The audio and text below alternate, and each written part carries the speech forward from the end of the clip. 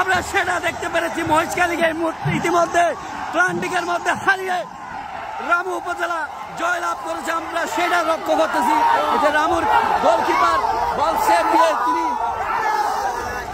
ইতিহাস করে ফেলছেন আজকে কক্সবাজারের রামু।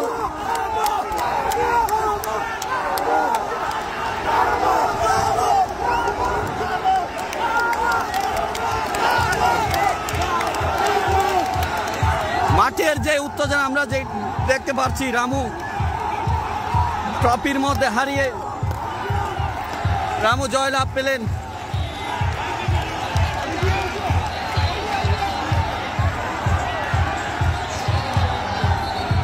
রামু উপজেলা জিতে গেলেন সেমিফাইনাল থেকে ফাইনালে চলে গেলেন সরাসরি গ্রাম্য উপজেলা।